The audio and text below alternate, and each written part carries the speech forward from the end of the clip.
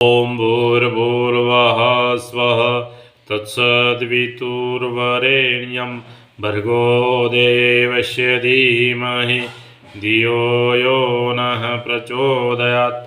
लोकां पूर्णछिद्रं पूर्णायोसिध्रुवात्वम् इन्द्राग्नित्वा बहुस्पतिस्मिं योनावसि सदन। ભલી સ્ત્રીઓ ઘરનું પ્રત્યેક કાર્ય રસપૂર્વક પૂરું કરે છે, કોઈ પણ કાર્યમાં આળસ રાખતી નથી. પ્રત્યેક વિદ્વાન અને શ્રેષ્ઠ નારીનો ગૃહસ્થ ધર્મનો વ્યવહાર કેવો હોવો જોઈએ તેનું શિક્ષણ તેઓ બીજી સ્ત્રીઓને પણ આપે છે. ગૃહસ્થીનો આધાર શું છે? તેનું મૂળ શું છે? ગૃહસ્થીનો આધાર પત્ની છે. ઘરની સુરક્ષા, વ્યવસ્થા, સંચાલન, નિરીક્ષણ અને પ્રગતિની બધી જવાબદારી પત્ની પર હોય છે. આથી જ કહેવાય છે કે પત્ની જ ઘર છે. મકાનને ઘર કહેવાતું નથી, પરંતુ ગૃહિણીને જ ઘર કહેવાય છે. કહેવત પણ છે કે ગૃહિણી વિનાનું ઘર ભૂતનો પડાવ.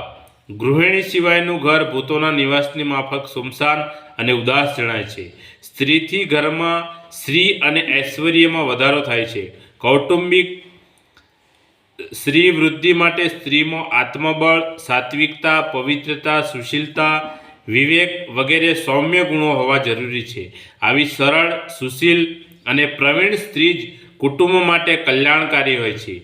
જે રીતે પાણીનું સિંચન થવાથી વૃક્ષો ફૂલે ફાલે છે, તેવી જ રીતે સુશીલ અને વિદ્વાન સ્ત્રી દ્વારા કુટુંબની ચારે દિશામાં પ્રગતિ થાય છે.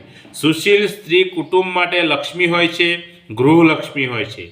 જે પતિને સુંદર, સુશીલ, મધુરભાષીથી તથા પતિવ્રતા પત્ની મળે છે, તેનું જીવન ધન્ય છે. ધર્માનુસાર આચરણ કરવાથી અને પતિ તથા કુટુંબની સાથે ધાર્મિક ભાગીદારી કરતી હોવાથી તેને ધર્મપત્ની પણ કહેવામાં આવે છે. લગ્ન જીવનના સુખનો આધાર પતિ પત્નીનો એક સરખો વ્યવહાર છે. જો બંને એકરૂપ થઈ દાંપત્યની અનુભૂતિ કરતા રહીને એકબીજાનું સન્માન કરે અને ઘરની વ્યવસ્થામાં સહયોગ આપે તો બંનેનું જીવન મધુર બને છે. ઘર સંસારની જવાબદારી પત્ની પર હોય છે. પતિ તો ધનની કમાણી કરી તેને સોંપી દે છે, પછી બધી વ્યવસ્થા તેણે જ કરવી પડે છે. જે સ્ત્રી પ્રસન્નતાપૂર્વક પરિશ્રમ કરી કુટુંબની શ્રી વૃદ્ધિનો પુરુષાર્થ કરે છે તે જ સર્વપ્રિય બને છે. જીવનમાં સરસતા, સૌંદર્ય, પુરુષાર્થ અને પતિપરાયણ હોવું તે સ્ત્રીના સૌભાગ્યનું ચિહ્ન છે. પોતાના પતિને સર્વશ્રેષ્ઠ માનવાથી સ્ત્રીનું ગૌરવ વધે છે અને જીવનમાં કદી હીનતાની ભાવના આવતી નથી. જે સ્ત્રીમાં સરળતા, કોમળતા, વિનમ્રતા વગેરે ગુણો હશે ત્યાં દાંપત્ય જીવન સ્વયં સુખમય બનશે. પરિશ્રમી અને કર્તવ્યનિષ્ઠ સ્ત્રી જ કુટુંબને સુખમય બનાવી શકે છે. તેણે કુટુંબના બધા માણસોના હિતનું ચિંતન કરતા રહેવું જોઈએ. સાસુ સસરાની સેવા કરવી, પતિની સેવા કરવી, કુટુંબીજનો પ્રત્યે સ્નેહયુક્ત વ્યવહાર કરવો અને બધા માટે રસોઈ વગેરેની વ્યવસ્થા કરવી તે પત્નીનું કર્તવ્ય છે.